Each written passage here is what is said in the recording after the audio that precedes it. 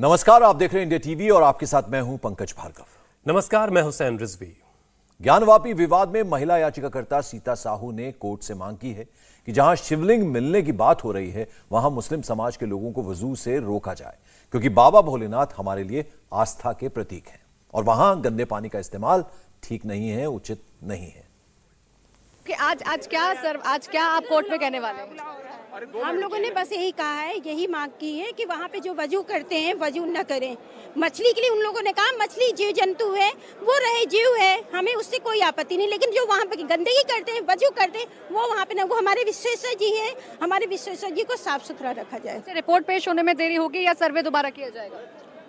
अब ये न्यायालय के आदेश में पता चलेगा, न्यायालय जो भी हम लोग को आदेश दे, लेकिन हम लोग यही चाहते हैं कि हम लोग के विश्वेश्वर जी के पास गंदगी न हो। पूरा हो चुका है ना। हम लोगों ने आज याचिका दायर की है कि जो हम लोग के शिवलिंग मिले हैं वो जो है कि उसमें बहुत मलबा है और उन लोगों ने वहाँ पे क्या बोलते हैं जहाँ पे वो लोग करते हैं तो क्या अभी बाबा वो वहाँ पे हम लोगों ने करने के लिए मना किया है। वहाँ मछलियाँ हैं, वो रहे वो जीव है, लेकिन वहाँ पे वजू नहीं करना है। आपने ये सब की शुरुआत कैसे हुई? आपने पिछले साल याचिका दायर की, शुरुआत कैसे हुई? हम लोग चाह रहे हैं कि हमारे बाबा वहाँ से आजाद हो, उनका पूरा जो शिवलिंग है वो अच्छे से जो है कि जैसे मंदिर में होता है उस तरह हो, मलबा वहाँ से साफ हो, वहाँ से दीवार हटाई जाए ताकि गौरव और शिव दोनों साथ हो। दावा भी हो जाए कि वहाँ पे तो शिवलिंग नहीं था, जी हम लोगों ने वजू के लिए डाला है। वो लोग कह रहे हैं कि वो फव्वारा, लेकिन वो फव्वारा नहीं है, वो हम लोग का शिवलिंग है। वो द्वादश ज्योतिर्लिंग में एक शामिल है जो कि बनाया नहीं गया है, वो काट छाट के नहीं बनता, वो स्वयं में प्रकट हुए हैं। तो आपने ये भी दावा मेरा नाम सीता साहू है और वहाँ पे कुछ एक अब चलो फिर हम लोग अच्छा ठीक है, सुनिए ये बताइए आप लोग पहुंचे हैं, अब हम लोग को जाने दीजिए। अब जो न्यायालय रिपोर्ट आएगी वो आएगी हमारे बाबा।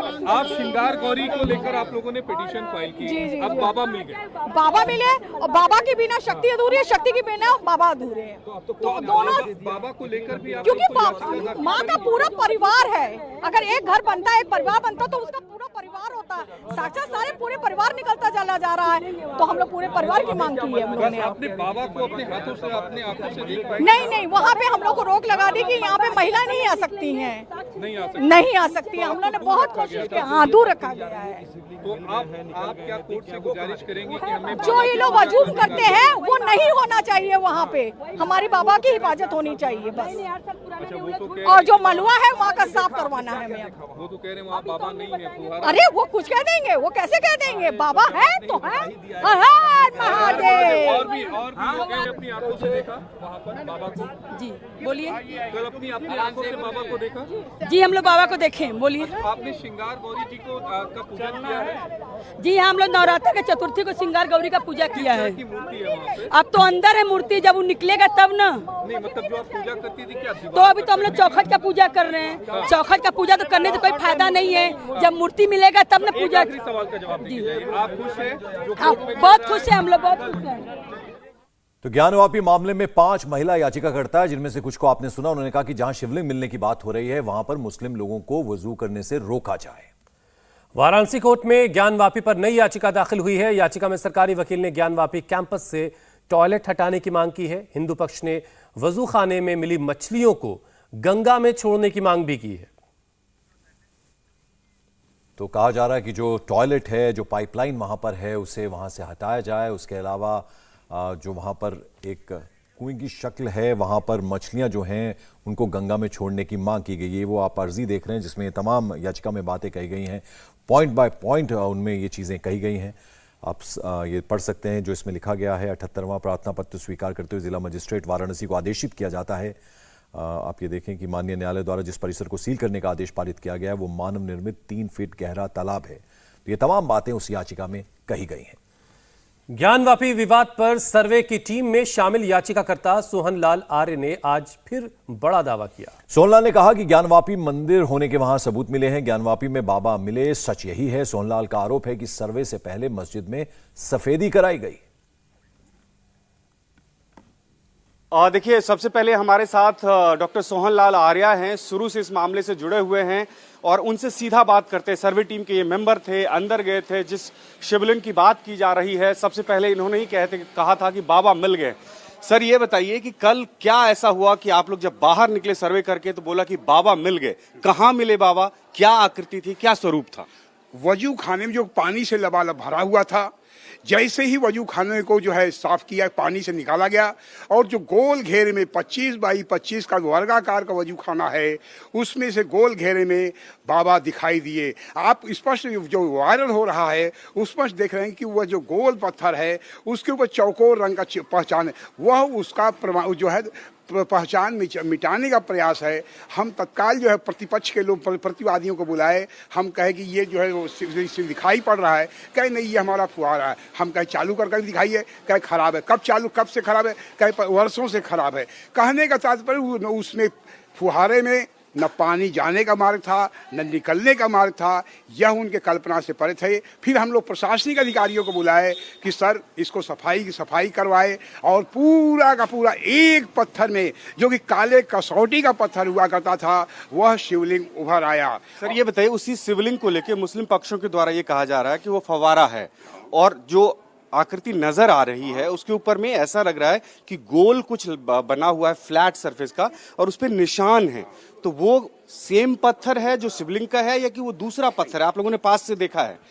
पास से देखे हैं, साफ साफ ये है कि जो शिवलिंग का है ये लगभग 4 फुट का है और जो ऊपर ये जोड़ा गया है स्पष्ट नजर आता है। हमारे ख्याल से ईंट का जोड़ा गया है, उसे अगर तत्काल हटाया जाए तो तुरंत हट जाएगा। और नीचे पूरा का पूरा एक ही पत्थर का बना हुआ है, काले रंग का है, साफ साफ है। पहले काई था, बाकायदे पूरा साफ किया गया। और यहीं तक नहीं, डॉक्टर विलियम अल्टेकर की पुस्तक जब हम देखे थे। अच्छा सर, पहले मैं उसी पे आता हूँ।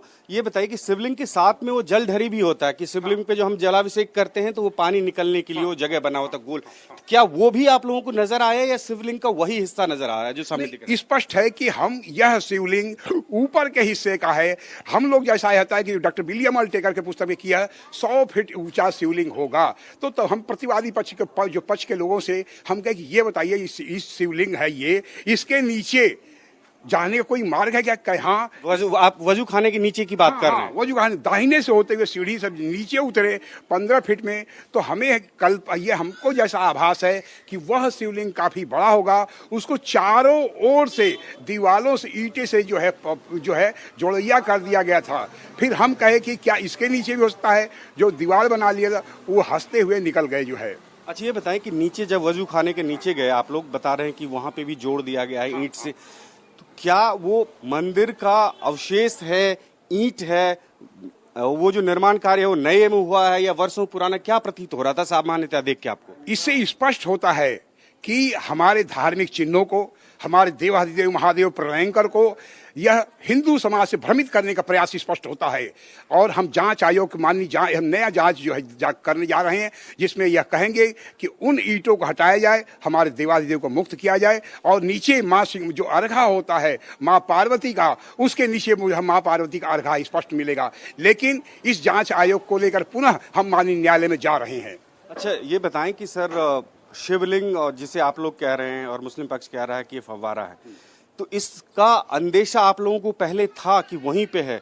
और नंदी का मुख जो है क्या वो शिवलिंग की तरफ है? ये सवाल इसलिए मैं कर रहा हूं कि अगर दोनों के बीच में सीधा नहीं है, सीधी रेखा पे अगर दोनों नहीं है, तो वो शिवलिंग बाद में वहां पे रखा गया था या कि पहले से ही स्थापित शिवलिंग वही जगह हो सकती है? यह निश्चित हम 1984 से लगे हुए हैं। 84 को 16 और ये 22 38 साल से मैं संघर्ष कर रहा हूँ। अखिल भारतीय ज्ञानवापी मुक्ति महापरिषद का मैं राष्ट्रीय महामंत्री हूँ। उस समय संघर्ष करता हूँ और उस समय मेरे आंदोलन का लक्ष्य था कि ज्ञानवापी नंदी करे पुकार, भोले बाबा का हो उद्धार। और यह वर्तमान शिवलिंग से ज्ञानवापी का दूरी मात्र 40 या 50 फीट की दूरी है। और विश्व में स्पष्ट है किसी भी मस्जिद के सामने शिवलिंग, किसी भी मस्जिद के सामने जो है नंदी नहीं हुआ करता। यह सबसे बड़ा प्रमाण है। और आपका यह प्रश्न है कि क्या यह ज्योतिर्लिंग है, क्या यह स्वयंभू ज्योतिर्लिंग? बिल्कुल, ये कहा जा रहा है कि वो स्वयंभू हैं या नहीं है, या आदि विश्वेश्वर हैं या नहीं, इस पे सवाल उठ रहा है। ये भी एक कुछ लोगों का ये मानना है कि एक मंदिर परिसर में कई शिवलिंग हो सकते हैं, तो क्या स्वयंभू हैं या कि अलग से दूसरे कोई? यह माननीय न्यायालय का विषय है कि स्वयंभू ज्योतिर्लिंग है या आदि ज्योतिर्लिंग है, यह माननीय न्यायालय का विषय है, जांच का विषय है। फिलहाल हमारे लक्ष्य के सामने वह ज्योतिर्लिंग को उद्घाटित करना है और बाबा मिल गए, यह सत्य है। क्योंकि जहां और आपका एक और प्रश्न, क्या इसी परिसर में और भी शिवलिंग हो सकते हैं, यह आगे भी देखा जाएगा। और जब हम प्रवेश किए जांच कमीशन के सामने, हमको विश्वास नहीं था कि इस वजू खाने में जो है, जहां नमाज पढ़ते हैं मुस्लिम समाज, अपना जो है हाथ पैर धोता है, उनके गंगा जल से हमारे देवादेव महादेव उनके गंदे पानी से अपवित्र हो रहे हैं। यह सुन करके हमारी आत्मा रो उठती है कि हे देवादेव कब मुक्त कर पाएंगे आपको। एक जो स्वयंभू शिवलिंग है उसके बारे में ये कहा जाता है कि उनकी आकृति जो है बहुत बड़ी नहीं होती है। चाहे आप रामेश्वर का देख लीजिए, कहीं और, सिर्फ केदारनाथ को छोड़ दीजिए तो केदारनाथ में बड़े हैं। तो उस हिसाब से ये सवाल उठाया जा रहा है कि ये स्वयंभू हैं या कि उस परिसर में कोई दूसरे शिवलिंग है। देखिए, माननीय न्यायालय का विषय है, जांच का विषय है कि स्वयंभू है या जो भी है, स्पष्ट सामने आ जाएगा। जो है यह है ना, जो 693/2021 इन काशी की 5 महिलाओं ने जो वाद दाखिल किया है, आगे आने वाले दिनों में सर्वे के दूसरे दिन जब आप लोग मस्जिद परिसर में पहुंचे जहां पे नमाज अता करते हैं, वहां पे बहुत सारे बताए जा रहे हैं कि चिन्ह मिले हैं, श्लोक मिले हैं, स्त्री लिखा हुआ मिला है। उसकी क्या सच्चाई है? किस दीवार पे, कहां आपको क्या नजर आया था? देखिए, मस्जिद परिसर में जैसे ही गए 12-12 फीट की प्रतिमाएं, मंदिरों की खंड, मंदिरों के स्तंभ जोड़ करके हमारे जो है इस मस्जिदों में जोड़ा गया है। ये साफ घंटियों की कतारें, किसी भी मस्जिद में घंटियों की कतारें नहीं हुआ करती हैं, किसी भी मस्जिद में कमल के पुष्प के चीज नहीं हुआ करते हैं। ये साफ दिखाई देता है। हमारे ध्वंस 8 अगस्त 1669 में औरंगजेब ने जो मंदिर तोड़ा, उसके जोड़ करके यह मस्जिद बना हुआ है। उनके प्रतीक साफ दिखाई पड़ते हैं। और यही नहीं, उसका जो पृष्ठ भाग है, हमारे मंदिर की वो दीवारें चीख चीख कर कह रही है, यह मंदिर है, मंदिर ही रहेगा। सर्वे के दूसरे दिन आप लोगों की टीम जो है वो गुंबद पे भी गई थी।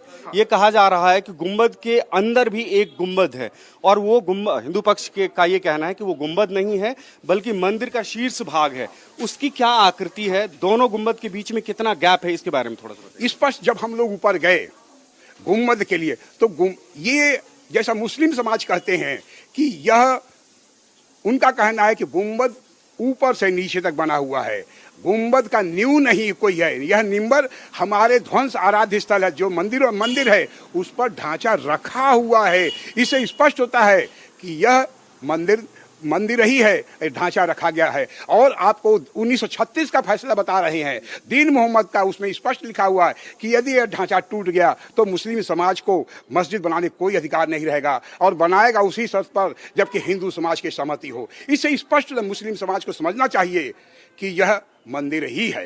तहखाने के अंदर कई मूर्तियों की बात की गई थी, 4 तहखाने जिसमें वीडियोग्राफी और फोटोग्राफी हुई थी। उसमें ये कहा गया था कि एक संगमरमर की व्हाइट कलर की एक मगर की मूर्ति है, वो क्या है?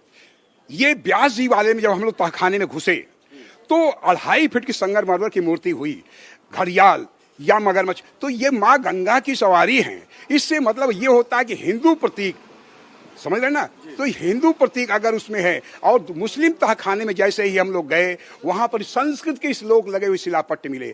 और हैरत की बात यह होती है कि तत्काल व्हाइट वॉशिंग हुआ था। आज वह कमरा अगर कई 100 वर्षों से बंद है तो तत्काल व्हाइट वॉशिंग नहीं होना, यानी चूना। और जब अधिवक्ता चाहे पक्ष के हों चाहे विपक्ष के हों, दीवार से जैसे टच होता था तो उनके कालों को कोट में चूना लग जाया करता था। वह देख के हैरत का विषय है कि आखिर माननीय न्यायालय या हम लोग के जांच कमीशन के पहले व्हाइट वॉशिंग क्यों हुआ। यह निश्चित मंदिर के समर्थन में, मंदिर के पक्ष में जो चिन्ह थे उनको मिटाने का यह प्रयास है। अच्छा, एक आखिरी सवाल मैं आपसे लेना चाह रहा हूं। जब आप लोग कह रहे हैं कि वजू खाने के अंदर में शिवलिंग मिला, उसके बाद क्या माहौल था वहां पे? कारण टीम तो बहुत बड़ी है, 52 लोगों की टीम थी, तो अचानक जो हिंदू पक्ष या बाकी लोग थे उनकी क्या प्रतिक्रिया हुई जब ये हुआ कि ये शिवलिंग है? ऐसे ही प्रशासनिक अधिकारियों ने यह स्पष्ट, उस प्रशासनिक अधिकारी ने यह कहा कि यह एक ही पत्थर का बना हुआ काला पत्थर है।